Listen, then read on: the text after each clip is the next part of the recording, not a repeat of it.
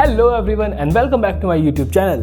तो यार इस वक्त पूरे यूट्यूब पे पुष्पा के ट्रेलर ने आग लगा रखी है, और लगाए भी क्यों ना, क्योंकि इस बार फायर नहीं वाइल्ड फायर बन के आ रहा है अपना पुष्पा। यार आज से पहले किसी भी मूवी के ट्रेलर लॉन्चिंग के लिए इतना ज्यादा क्रेज और इतनी ज्यादा भीड़ कभी नहीं देखी। पटना में जब पुष्पा का ट्रेलर रिलीज किया गया तो सिर्फ 10,000 लोगों का अरेंजमेंट किया गया था, लेकिन वहां ऑलमोस्ट 2 लाख से ज्यादा लोग ट्रेलर लॉन्चिंग पे पहुंच गए। जिस फिल्म की सिर्फ ट्रेलर लॉन्चिंग पे इतना ज्यादा क्रेज देखने को मिल रहा है, तो जब ये फिल्म थिएटर में लग जाएगी तो थिएटर के अंदर का माहौल क्या ही होगा तुम सोच भी नहीं सकते। और सिर्फ इंडिया में ही नहीं बल्कि इंडिया के बाहर अदर कंट्रीज में भी पुष्पा का क्रेज काफी ज्यादा है। पुष्पा नाम सुन के नेशनल समझे क्या, इंटरनेशनल है।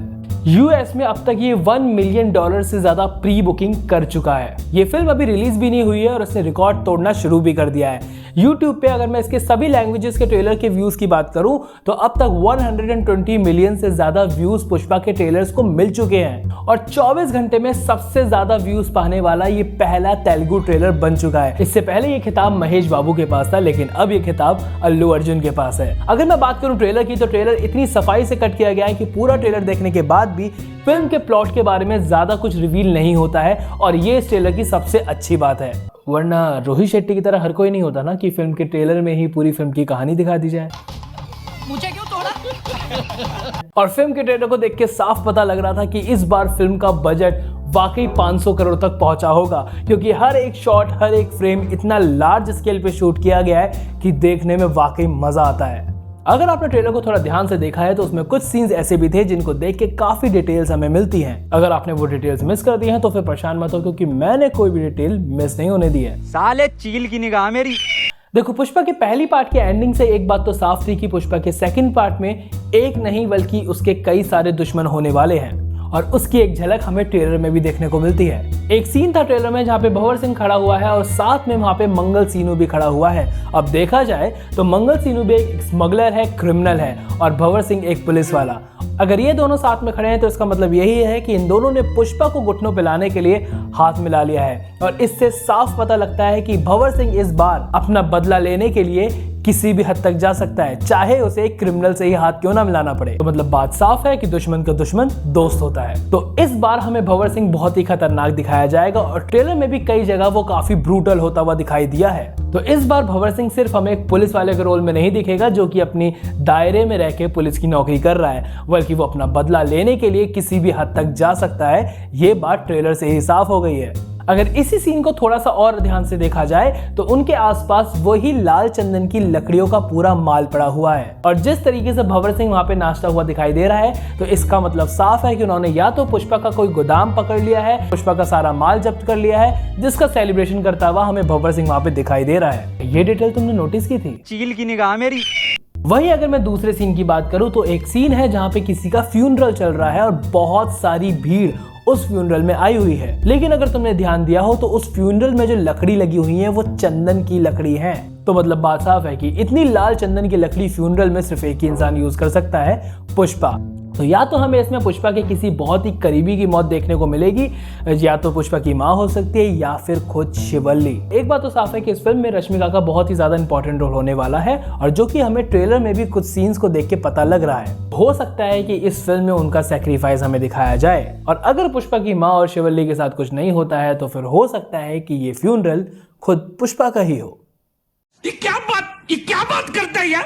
देखो, अगर आपको याद हो तो कुछ टाइम पहले एक टीजर रिलीज हुआ था जिसमें हमें ये दिखाया गया था कि सब लोगों को लगता है कि पुष्पा मर चुका है, उसे गोली लगी है, और पूरे शहर में बहुत हंगामा होता है पुष्पा के मरने की खबर को सुन के। तो हो सकता है कि पुष्पा ने ही अपना एक नकली फ्यूनरल रखा हो, अपने मरने का एक पूरा नाटक दिखाया हो, कि ताकि सबको ये लगे कि पुष्पा मर चुका है और वो पूरी प्लानिंग के साथ वापस आके अपने दुश्मनों से बदला ले सके। में भी हो सकता है कि ये कुछ इस टाइप का फ्यूनरल सीन हो जो कि पुष्पा का ही एक रचा रचाया प्लान हो। यही नहीं, अभी और सुनिए। देखो यार, एक बात तो साफ है कि पुष्पा इस फिल्म में बहुत ज्यादा वीक पड़ता हुआ भी हमें कई जगह दिखाई देगा।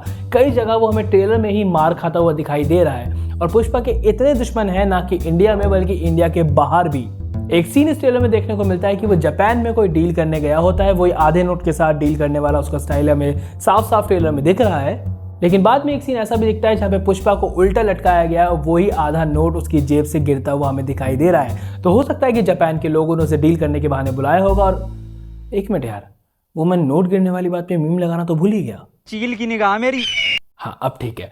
तो मैं ये कह रहा था कि हो सकता है कि जापान के लोगों ने उसे डील करने के बहाने बुलाया होगा और उसके बाद उसको डबल क्रॉस करके सारा माल हड़पने की कोशिश की होगी और वहां पे हमें एक तगड़ा फाइट सीक्वेंस देखने को मिल सकता है। और सुनने में ये भी आया था कि इस फिल्म के लिए एक अंडर वाटर सीन शूट किया जा रहा है। हो सकता है वो सीन भी हमें यहीं देखने को मिले, क्योंकि ट्रेलर में सीन था कि पुष्पा पानी से बाहर निकल रहा है और कई सारी लाशों के ऊपर वो खड़ा हुआ है। तो बात साफ है कि पुष्पा के ऊपर चारों तरफ से मुसीबत आते हुए हमें दिखाई देगी और जितनी बड़ी मुसीबत होगी फिल्म देखने में उतना ही ज्यादा मजा आएगा। इस फिल्म का एंड क्या होगा ये सोच के मैं बहुत ज्यादा एक्साइटेड हो रहा हूँ, क्योंकि सुनने में ये आया है कि KGF की तरह पुष्पा का भी 3rd पार्ट अनाउंस किया जाएगा। जैसे कि हम सबको लगा था कि KGF 2 में स्टोरी कंप्लीट हो जाएगी और पुष्पा के बारे में भी अभी तक सिर्फ 2nd पार्ट तक का ही पता था, लेकिन हो सकता है कि इसमें भी हमें 3rd पार्ट का कुछ अनाउंसमेंट देखने को मिल जाए। तो फिल्म की एंडिंग क्या होगी ये देखने में बहुत ज्यादा मजा आएगा। हो सकता है कि फिल्म की एंडिंग को अधूरा छोड़ दिया जाए 3rd पार्ट के लिए। बाकी पुष्पा के बचपन की स्टोरी भी हमें थोड़ी बहुत फिल्म में देखने को मिलेगी, क्योंकि ट्रेलर में कुछ हमें इस टाइप का सीन देखने को मिला है। तो चील की निगाह मेरी। हो सकता है कि और ज्यादा पुष्पा की बैक स्टोरी हमें कुछ देखने को मिले। और वाकई एक नया कैरेक्टर भी हमें इस फिल्म में देखने को मिला है, जो कि देखने में काफी ज्यादा क्रेजी लग रहा है। अब ये कैरेक्टर कौन है, इसकी क्या स्टोरी होने वाली है, इसके बारे में हमें कोई भी आइडिया नहीं है। बस मुझे एक ही चीज का डर है कि इस फिल्म को लेके हम सबकी इतनी ज्यादा एक्सपेक्टेशंस हैं कि फिल्म ने अगर थोड़ा सा भी कम परफॉर्म किया तो वो बहुत बड़ी डिसअपॉइंटमेंट लगेगी, क्योंकि हम जिस चीज से इतना ज्यादा एक्सपेक्टेशन लगा लेते हैं कहीं ना कहीं वो चीज जाके थोड़ा बहुत डिसअपॉइंट कर ही देती है। तो अब मैं आपको पुष्पा 2 के बारे में एक ऐसी खबर देने वाला हूं जिसको सुन के आपके होश उड़ जाएंगे। क्या आपको पता है कि पुष्पा 2 रिलीज होने से पहले ही 1085 करोड़ कमा भी चुकी है। पहले तो मुझे भी सुन के न्यूज फेक लगी थी, लेकिन जब मैंने इसके बारे में रिसर्च करी तो हर एक वेबसाइट चीख चीख के पुष्पा की कमाई के आंकड़े बता रही है। अब ये कैसे हुआ ये मैं आपको थोड़ा डिटेल में बताता हूं। इसके थिएट्रिकल राइट्स वर्ल्ड वाइड बिके हैं 600 करोड़ में। OTT राइट्स की डील हुई है नेटफ्लिक्स के साथ 275 करोड़ में। सैटेलाइट राइट्स बिके हैं 85 करोड़ में और म्यूजिक राइट बिके हैं 65 करोड़ में, और 100-200 करोड़ तो स्पॉन्सर से ही आ गया है। फूड, क्लोथ, सीमेंट, साबुन, अगरबत्ती हर कंपनी ने आकर पुष्पा से हाथ मिला लिया है। अब चिप्स हो या बिस्किट, हर पैकेट पे आपको पुष्पा का ही चेहरा दिखाई देगा। चलो अगर मैं थिएट्रिकल राइट्स की बात छोड़ भी दूं तो फिर सिर्फ नॉन थिएट्रिकल राइट से ही 425 करोड़ की कमाई पुष्पा 2 कर चुकी है। मतलब फिल्म का बजट था 500 करोड़ और फिल्म रिलीज होने से पहले 1085 करोड़ रुपए कमा भी चुकी है। मतलब समझ रहे हो, अब बॉक्स ऑफिस पे जितना भी कलेक्शन होगा वो सिर्फ और सिर्फ प्रॉफिट ही प्रॉफिट होगा। और खबर तो ये भी आ रही है कि अल्लू अर्जुन ने पुष्पा 2 के लिए अभी तक 1 रुपया भी नहीं लिया है। तो राम निकला रे, देव मानुस निकला रे। बल्कि जब फिल्म रिलीज हो जाएगी और बॉक्स ऑफिस पे जो भी कलेक्शन होगा उसमें से 300 करोड़ तो सिर्फ अल्लू अर्जुन का ही होगा।